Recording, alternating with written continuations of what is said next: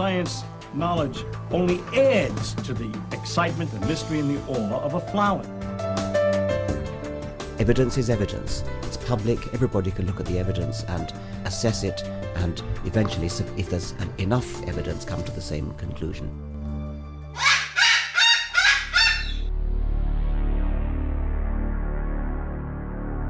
Cockatoos with attitude. Cockatude. Hi, and welcome to Cockatude, Cockatoos with Attitude. Today's episode, episode 18, is Who's Training Whom?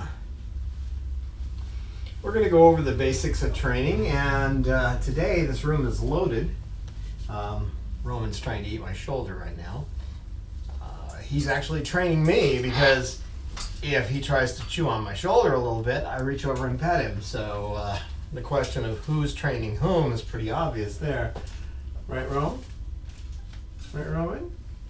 This is Cecil. Yeah, Rome over here, Cecil, Babaloo. We have Sugar up on her high perch where she likes to sit. Ka's down by my feet. She won't be in the video unless she pops out later, which she probably will. We have Snowball and Chloe. We don't have Coco because she wouldn't stop making her alarm sound, which is what she does when the cameras are up. And we have Salamander up there playing on his perch. Have I forgotten somebody? Roman, did I mention you? Yeah, I did. I did mention you. Now you behave. You behave. Okay, right here, what we're looking at between these two is it's a territorial thing. Bob, he feels mated to me now, and so he defends this little area next to me. This is mate territoriality. And then we have over here, Mr. Cecil. He doesn't have any mate territoriality. So, oh, Peaches, what are you doing way over there? Peaches, you want to come over here? We got to go get a peach. Bob, come with me. We got to go get a peach. Come on, go get a peach. Easy, easy, easy, easy. It's all right, Roman. Come on, Peach. Sorry, sweetheart. Had a lot to do today, so to get this organized. You need to get out. Nope, nope, nope, nope. Come on, sweetheart. No, no.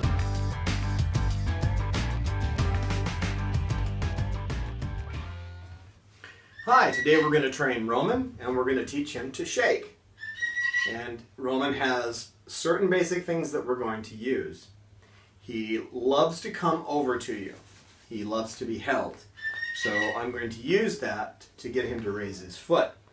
He tends to do that with his left foot, so we're going to work with the left foot. If he raises his right foot, we're going to step back and ignore it. We're going to approach it by using the same hand motions every time and giving him the same basic visual cues so he knows that under these circumstances, this is what gets him his reward. He doesn't seem to be interested in food today, so his reward is going to be one of the things he loves most, which is being petted. And at the end, I'm going to flood him with the best reward he can have, which is to be held up close to the body and petted. He loves that. So we're going to be consistent, doing everything exactly the same way, because it's really difficult to know what the heck is going on if you don't have language, and yet you see a whole bunch of changing things around you, so you make it consistent. So here we go with Roman and learning to shake. So at this point, he's pretty good about coming over when he's on a perch. Not so great in a cage, but he's pretty good when he's on a perch. So I'm going to use that to try to get him to shake, to actually put his foot out and shake my finger. So we're going to start with, I'm going to approach him similar to when I get him to step up. So, and go shake, shake. You want to shake?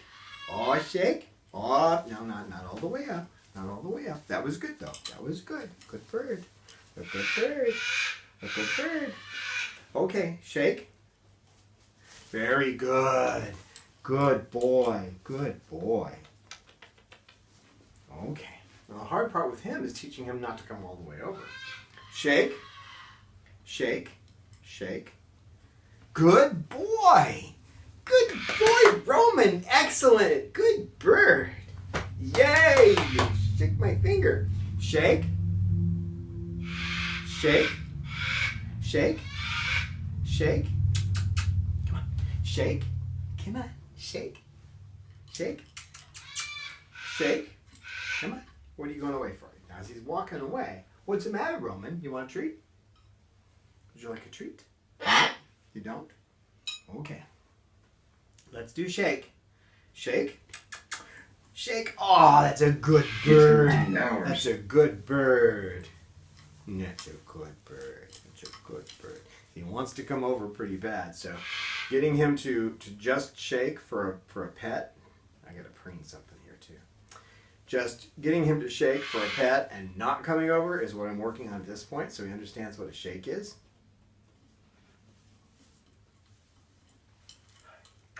Okay. Shake. Shake. Shake. Good boy. Shake. Shake. Good boy. Oh, what a good bird. What a good bird. What a good bird, Roman. Yay, Roman bird. Okay. Shake. Shake. One more time, we'll do shake. Shake. Step back if they don't react. Hi. Okay, you ready? Let's shake. Oh, sweetie, I didn't mean to scare you. Oh, I didn't mean to scare my bird. No, no. I didn't mean to scare the Roman. He's already a little bit of a nervous bird, aren't you, sweetheart? Okay, let's do this slowly. Oh, sweetie, it's okay. Shake. Shake. There you go. Grab your finger. Good boy. You did it so well. What a good boy. Come here. Step up. That's a good boy. And so right now, the most gratification he can get is being held. So, what a wonderful bird. I know. Hello. Hello. Now eventually, practice this a few more times. He's pretty much got it down quickly. His natural urge to come over. The hard part was to stop him from coming over and make him realize that's what I wanted, and that's where he was going to get his reward. And in this case, that reward is just wanting to be petted and held, right, Roman? Right, Roman? So he doesn't look anywhere near as nervous when he's being held. Really big boy. You just don't look as nervous when you're being held, because you like to be held, don't you, sweetie? That's a good boy. That's a good boy. Yeah, you learned how to shake.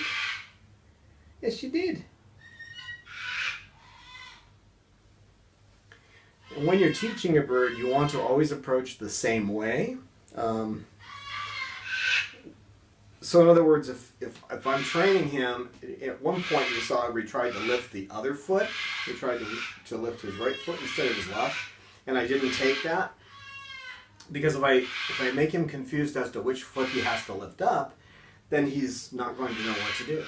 So he has to lift his right. That was a criterion. That he lifted just a little bit to get a reward was part of the plan. And it's always, if you get little bits, you follow the plan.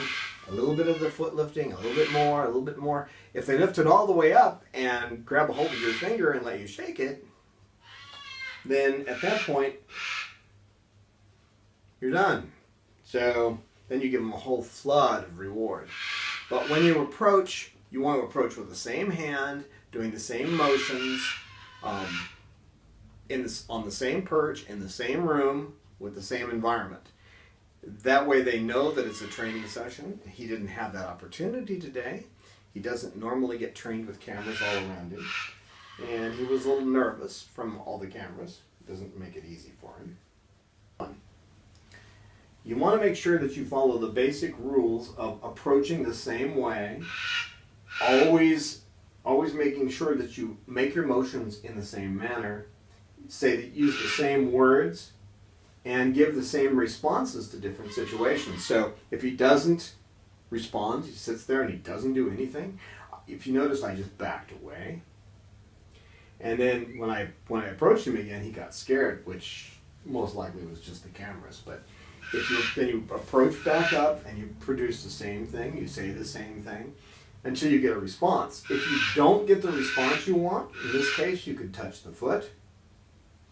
You could even lift it a little bit if the bird's okay with that, to try to give them the idea. They don't speak our language, and for that reason, we have to make sure that our bodily motions are exacting so that they can understand that when I see these particular motions, it means this. It's always make sure that you give them the reward or the bridge. The bridge is just whatever sound you make, in this case, good bird or good boy. You make the same sound, you say good boy, and you reward them, and try to get that reward, whatever it is, to them as fast as possible. So if it's petting, you would say good bird, reach over and pet them. Try to pet them at the exact moment that they're doing what you want. If you reward them after, let's say that he grabs my finger and puts his foot back down and I reward him then, I'm rewarding him for sitting on the perch. How would he know any different? So be consistent. Use the same body motions. That's important. And if a bird, he was getting nervous towards the end, I made sure I gave him a lot of praise and held him for what he'd done, and that he got a reward at the very end that let him know that this was a good session.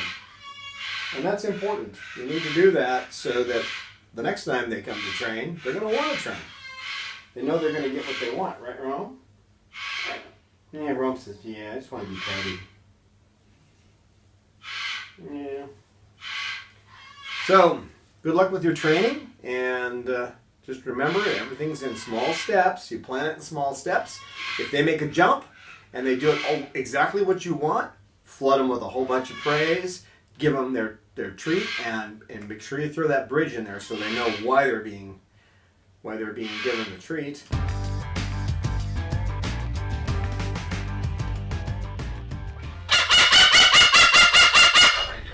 So, who's training whom? Let's see. Bob, are you training me? You are? And he's a good trainer. When he was at an animal hospital, they would take him out to clean his cage. And then he would use his beak, and hi sweetheart, just by opening his beak and presenting it to people, they would dart away from him. So he'd get to stay out a lot longer by using that beak. It's something he hasn't forgotten, although he rarely uses it on me because I don't buy into it. Do I? Nope. It doesn't get you what you want. And that's the thing. Behavior is a function of its consequences. Living organisms are driven by the results of their actions. So if the result of an action, like with Roman when he was, where'd Roman go? Oh, there you are. Hi, Roman bird. Come here. I normally do not do a video with almost every bird we have in one room. I love you too. So when he came up and he nipped me on the shoulder, in the past when he's done that, I've reached up and he's put his head under my hand. So he's training me by that little nip to pet him. So the way you break that would be to find another cue that he can give me for, yeah, I know, sweetheart. Another cue that he could give me to indicate pet me. So there are other things he can do. He could say, I love you. That gets attention. He knows that. He can say hello. That gets him attention. So that's an area I might start working. I don't worry about it because it doesn't hurt. But it's not a good behavior to have a bird learn. What happens? Something happens to me, and other people don't understand what he's doing. They think he's being vicious because he's nipping at the neck, even though he's not nipping that hard. So yeah, I'll have to break him out of that. Now this one, I can't break him out of his mate territoriality, where he tries to chase birds out of this area. But what I have done is he's tried to extend that area to the whole couch, and I've got him pretty much, centered over here.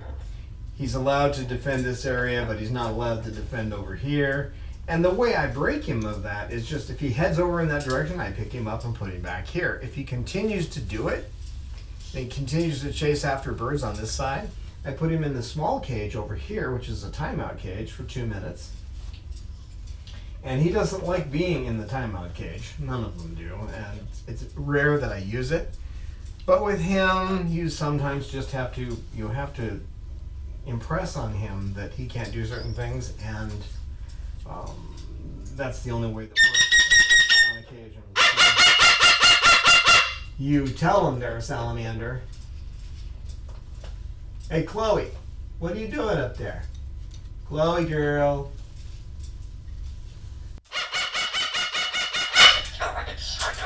You're kind of a queen, aren't you, Chloe? So, when I was taking my classes on... You tell him, kid. When I was taking my classes on behavior, the hardest thing was not learning the techniques, like replacement behavior, where they do one thing and you replace it with a different type of behavior. That wasn't the toughest thing. You tell him, Bob. You tell him. Don't say make it stop. Nobody's doing anything to you. You're okay. It's the hardest thing to do is just to describe the behavior, to just talk about the behavior itself and not what you think it is.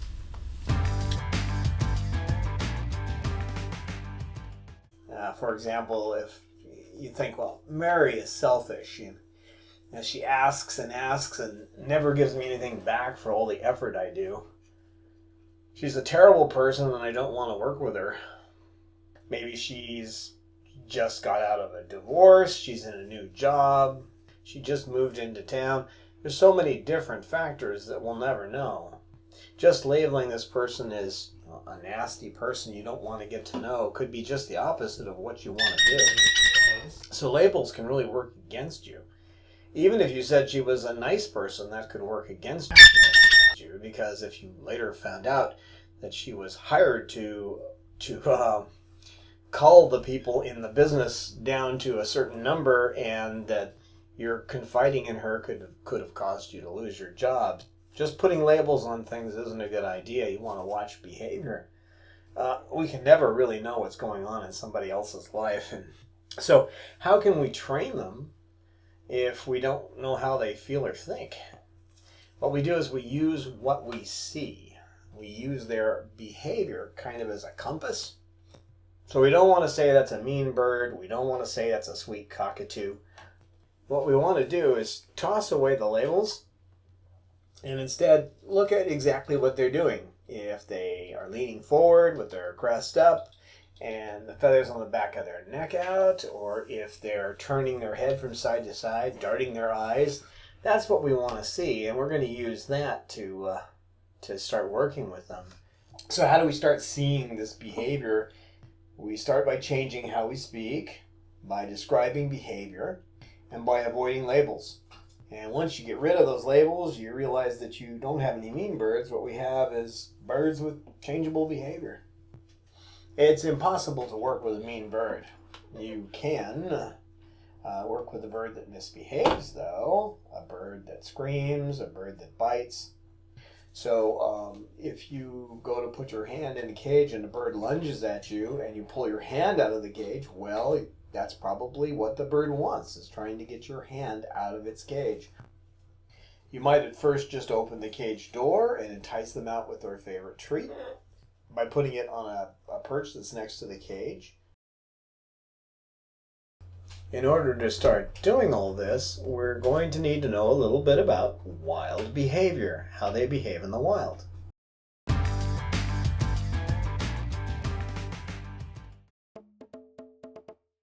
We hope you will consider supporting us on Patreon today. This is how it works. We produce up to 2 videos a month. As a patron, you pledge to give us a donation, whatever you feel is right and meets your budget. And Patreon gives us your gift monthly. You can easily set a limit on how much you donate a month. You can change the amount of your pledge at any time. Your gift will allow us to continue bringing you entertaining and informative videos. Some of our planned videos are A New Paradigm, What It Means to Be a Parrot Owner, an interview with Dr. Jeffrey Jenkins of the Avian and Exotic Animal Hospital. What's different about the Hollowbone set? The amazing parrot bodies that can last for 80 years. Stop doing that. Behavior problems in parrots. What you doing? Where do bird behaviors come from? How much bird behavior is learned and what is innate? Making toys. Parrots need enrichment. Don't let their enrichment send you to the poorhouse. You can find out about these on our Patreon page at patreon.com/Chloe Sanctuary. We look forward to your participation in Cockatude.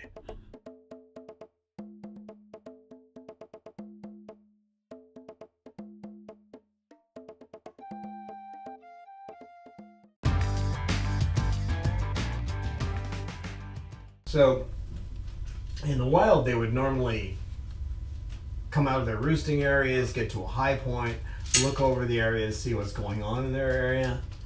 This is what we've seen. There's a book called the Parrots of Loquio, which is a ethology. It was basically a group of people who went down to Puerto Rico, biologists, to try to save the Puerto Rican parrot, and they did, which is, there's still questions going on because of the issues that are in Puerto Rico right now, but they have saved them. But the book describes what they do. They come out in the morning and they squawk and they watch the sunrise, and then they go and they gather together and they go feed somewhere. And then they spend part of the day goofing off and playing. We're at the goof off point now. This is the time when birds would normally be preening each other and goofing off, or Sugar's up there preening, Bob's preening Cecil. Pretty much we got a relaxed crew here right now. And then the last couple of hours of the day, they go and forage for food again, and then they squawk and they go to sleep. These are the basic things that we see. When they were down there studying the Puerto Rican parrot, they watched them do all kinds of antics during the day. But at those times, they took a nap in the middle of the day. When they took that nap, you couldn't get close to it. You couldn't even get close to the area to see where they were napping. They would simply leave and go to another spot. And at first, it's an interesting book, even though it's a scientific tome, so there's a lot of it that is not written in. It's not written for general consumption, like you would read a novel or something. But they tried to set up blinds so the birds wouldn't see them.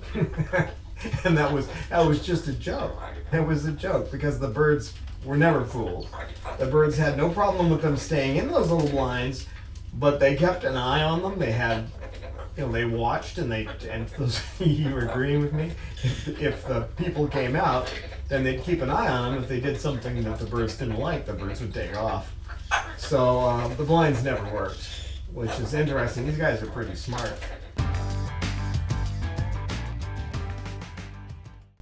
So the first thing you look at is behavior. What's a bird doing? Like with Cecil, what is he doing? He's bouncing his head up and down, and he's vocalizing. Okay, now he's got his crest up. You got your crest up? You do? You do? You got your crest up? Oh, look at that boy. He's a good boy. He's a good boy. Yes, he is. Yes, he is a good bird. He loves to be told he's a good bird. And he loves to display and vocalize. And so I've taken a natural, the display, which is what they do for their mates, and I've turned it into a behavior that he does daily for another reason. It has nothing to do with mating, but it's a natural behavior. And if you're working with natural behaviors, it's easier to get them to go your way. You can't do that without understanding some of their behaviors.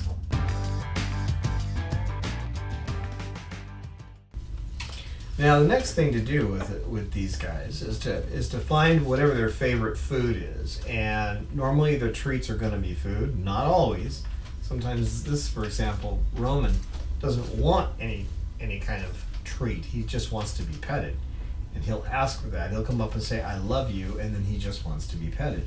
Other times he says, I love you, when he wants almond butter on a stick. That kind of thing. I heard you say I love you. I heard you. I love you too.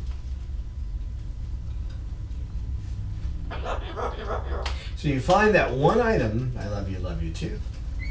You find that one item, and you can just take a tray and put different pieces of food on it. Different things that you've seen them eat. And then put the tray in front of them. Whatever they pick, try it a couple of times. They pick the same item, the papaya, or they pick the banana chip, or they pick a sunflower seed, whatever it is they like. Take it out of their diet. They don't get that anymore, except when you're training. Training doesn't have to be always formal. For example, in this situation, where Bob will try to sneak up to get Cause, and you can see Bob staring at Cause. There's that look. Bob's staring at Cause, trying to climb up. Bob is climbing up. In the past, when I've seen this particular behavior, he works his way up and then he runs headlong at her with his wings extended until she flies away. And then generally he will laugh and then come back down here. That's what he normally does. So in this case, I stop him. If he tries to climb up, and he likes to be petted, so I'll pet him, and then he'll go back down and play. In most cases, once in a while, he'll just keep going and won't stop, won't you? So you get that one food, and from then on, the bird never gets that particular treat except when they're being trained.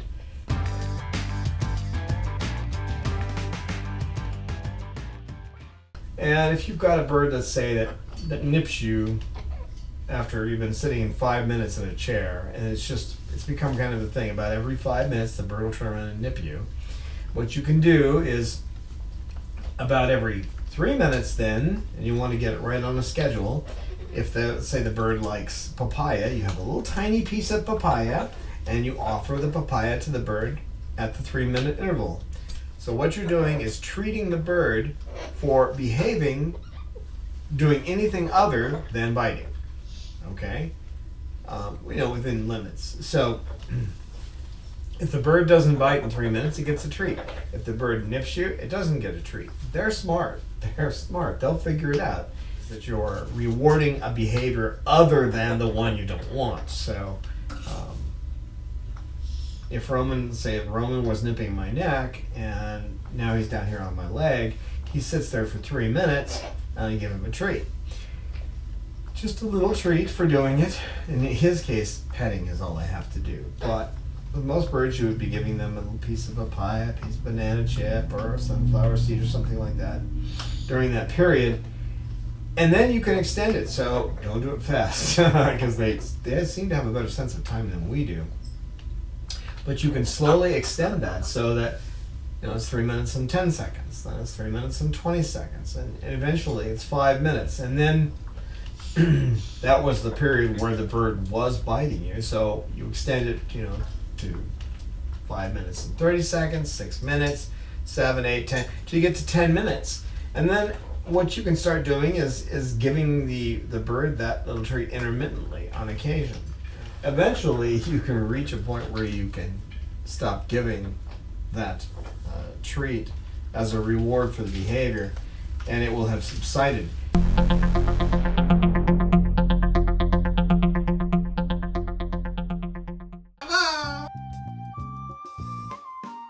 If you are enjoying our videos, we hope that you can find it in your heart to support our work. It costs between $25,000 to $30,000 a year to care for our flock of heartbroken and abused birds. Most of our birds came with feather destructive disorder. Even a basic exam with blood work costs $300. Medical emergencies cost us thousands a year. We are a non-profit, and donations are tax-deductible to the full extent of the law. We need your support. Birds deserve a happy and healthy life. Become our patron at www.patreon.com/Chloe Sanctuary. to support us on a per video basis, or donate at our webpage today.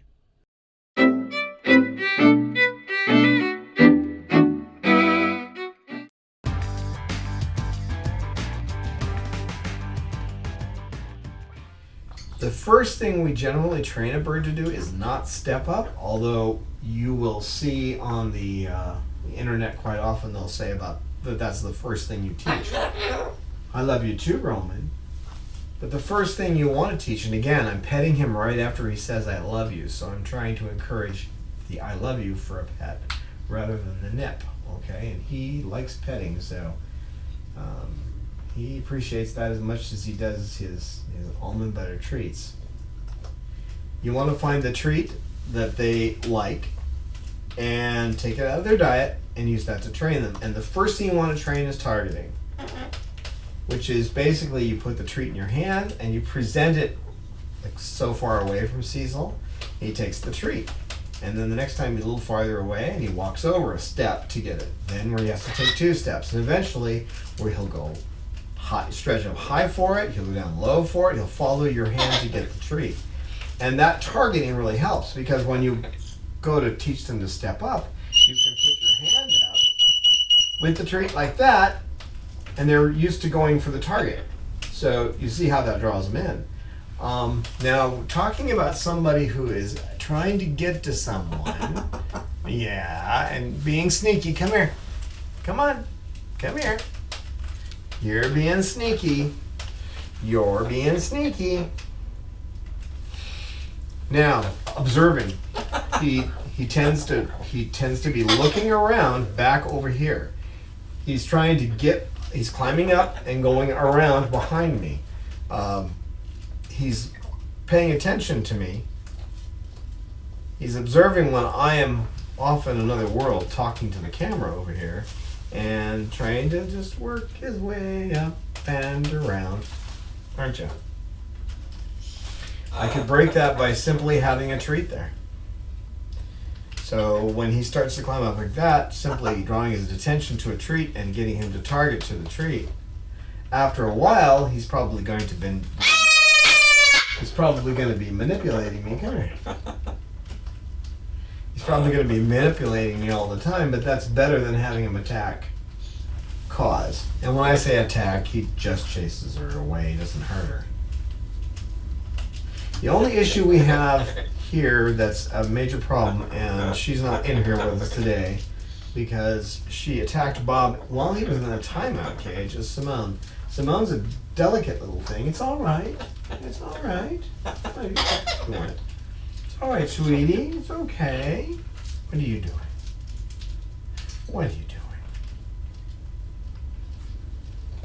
Oh, what are you doing? That's my ear. Yeah, silly. Yeah, silly. Hi, baby. It's all right. That's Roman. Roman's not going to hurt you. He's not. I'm not going to let anybody hurt you, sweetheart. That's all right. I love you too, Roman. Oh, did I get too close on that? I'm sorry. Here, why don't you sit right there? It's okay. It's okay.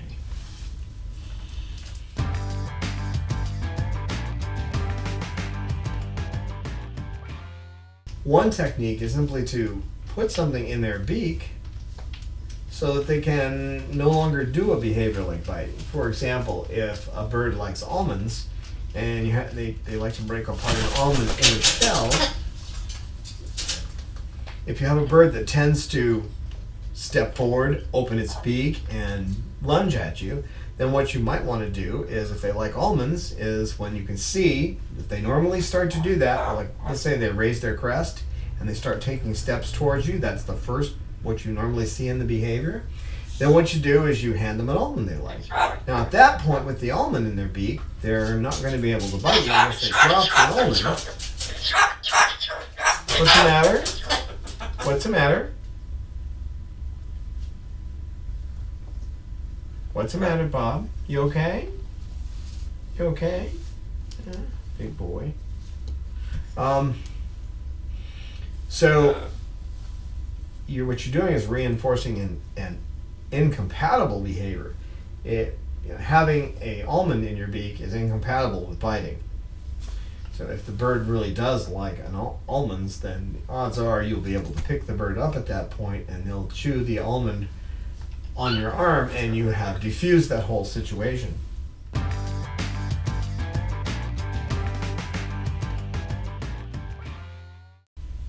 Now, one technique that works well for screaming is to teach a bird to ring a bell.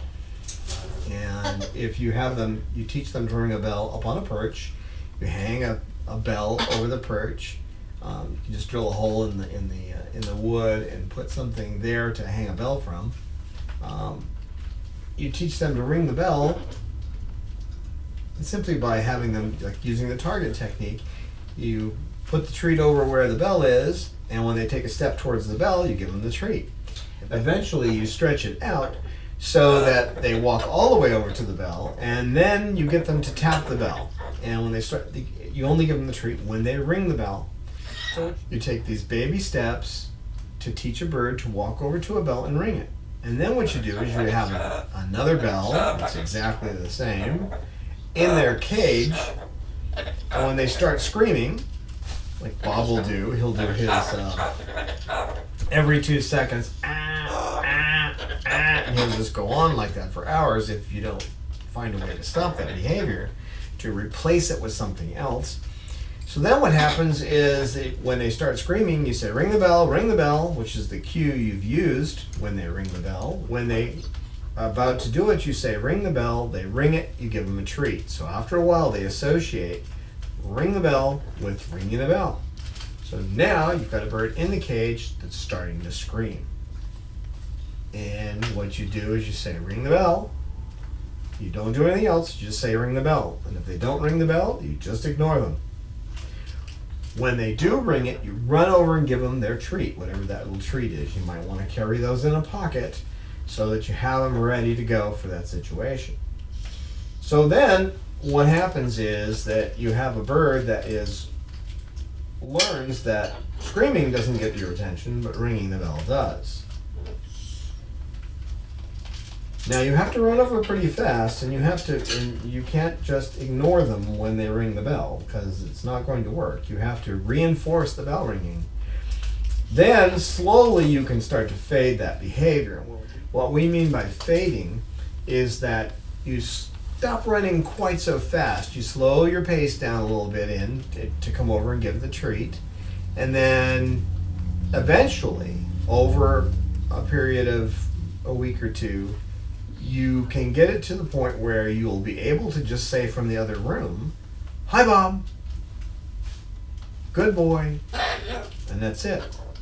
So eventually you can take it from they're ringing the bell, you run in and give them their treat, to where they ring the bell and you from the other room say, hi Bob, how you doing? Whatever, you acknowledge the ringing of the bell, and then once in a while you come in with a treat.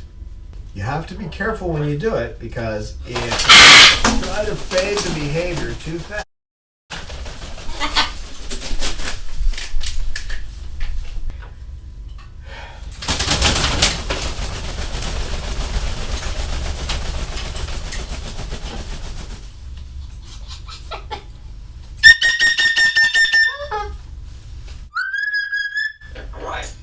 get over here.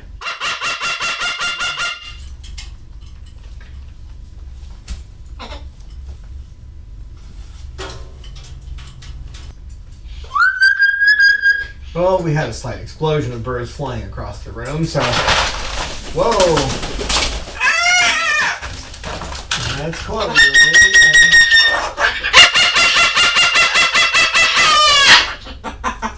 Yeah?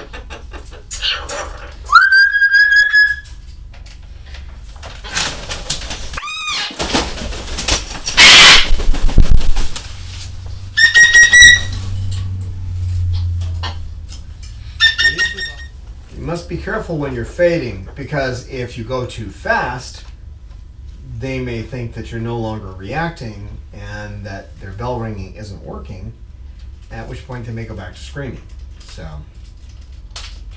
So that's one way to stop screaming. Anytime you can replace a behavior, because they have a need, in this case it's to get attention, probably. So if that's the need, that they need to get attention, if they can do it with a bell, and that works better than the screaming, they're going to choose what works better.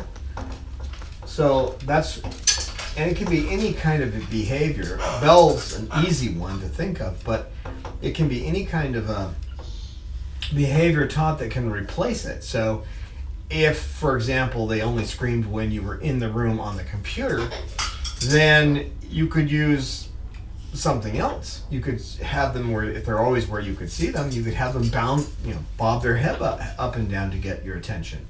And if you paid attention to them bobbing their head, then they would stop screaming and bob their head. So it's just a replacement behavior. So you just need to find a behavior that you can teach them or you can encourage to replace the other behavior.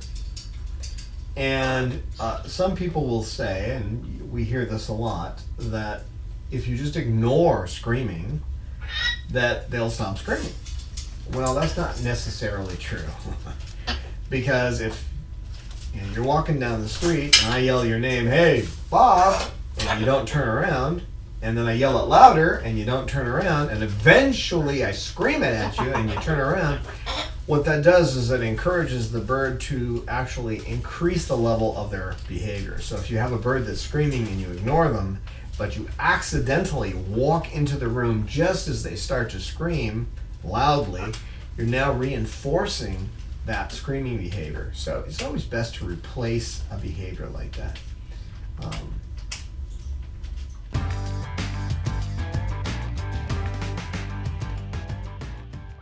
Let's go over the basics. Observe the actual behavior and don't label it.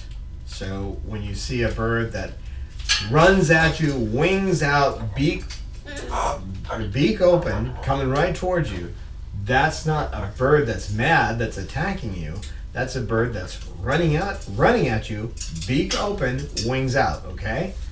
So learn to see the behavior as a behavior without labeling it. Read as much as you can about their natural behaviors so that you can understand these behaviors in context. If a bird is grinding its beak, a bird that's grinding its beak is going to be tired. Okay, so you see a bird that's grinding its beak, then you know the bird is sleepy. If you don't understand the context of behaviors, like beak grinding means sleepy, the crest up on a cockatoo means excited, eye flashing, the parrot means excited, and you can be excited in a positive or a negative way. It can go either way. So if you don't understand those, it's going to be difficult for you to understand the behavior you're watching. As you watch their behavior, relate it to what you've read, and observe the consequences of their behaviors. They do this, this happens, you do this, they do that. You start to see this, if this, then that type of thing going on. Find a treat that you can use to train them, take it out of their diet, and use it to train behavior. The first behavior you should actually train is targeting, to train them to come to your hand where you're holding a treat. Learn to replace behaviors that they're doing which you don't find acceptable in your household with other behaviors that can actually take the place of it. So if you replace the screaming with a bell ringing, or you replace biting with wanting to be petted or getting an almond.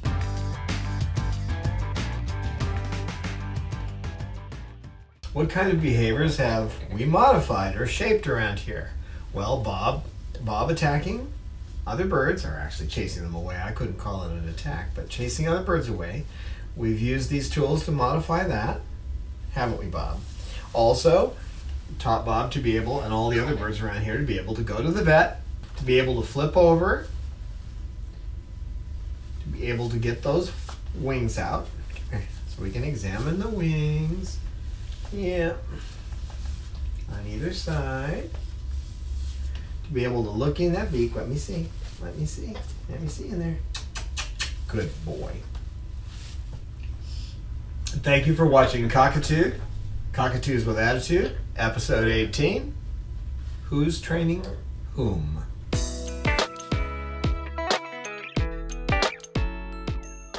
What's different about the Hollowbone set? The amazing parrot bodies that can last for 80 years. We welcome your feedback on our videos.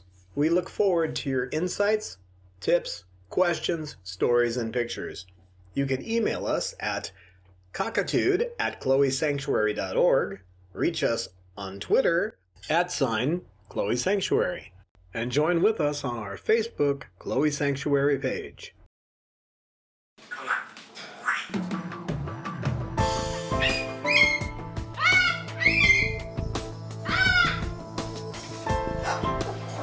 Science knowledge only adds to the excitement, the mystery, and the awe of a flower.